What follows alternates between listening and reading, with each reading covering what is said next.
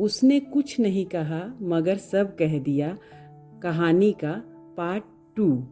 इस कहानी का नाम है एक रिश्ता जो अधूरा नहीं रहेगा।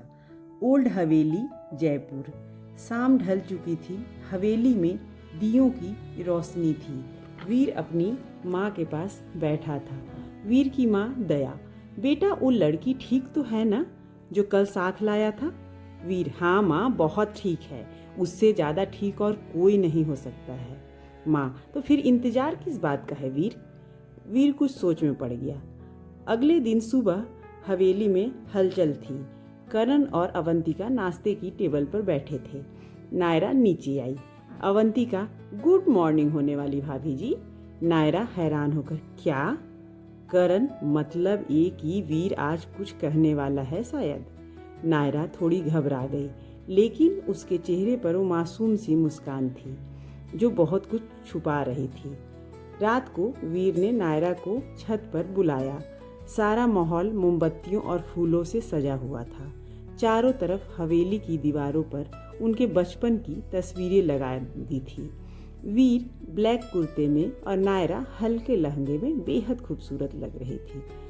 वीर, नायरा, मुझे पता है कि हम सही वक्त पर मिले हैं या नहीं, लेकिन मुझे पता है कि तुम्हारे बिना मेरी हर सुबह अधूरी है और हर रात खामोश है। नायरा की आंखें भर आईं। वीर घुटनों पर बैठते हुए, 4 साल से दिल में रखा सवाल अब पूछ रहा हूँ Naira. Will you complete the rest of my life?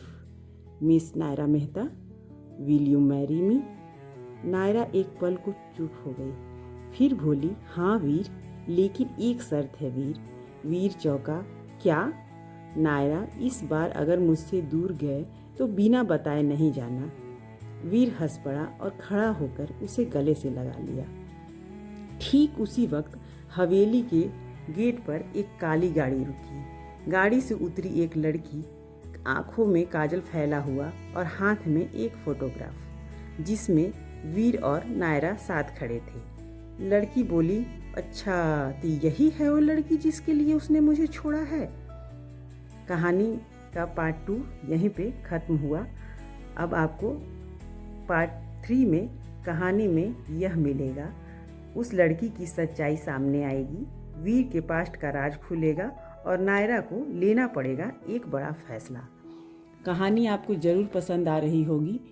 इस चलते इस चैनल को सब्सक्राइब कर लीजिए और कमेंट सेक्शन में जाकर जैसी भी कहानी आपको लगी हो ज़रूर बताइए। तब तक के लिए राधे।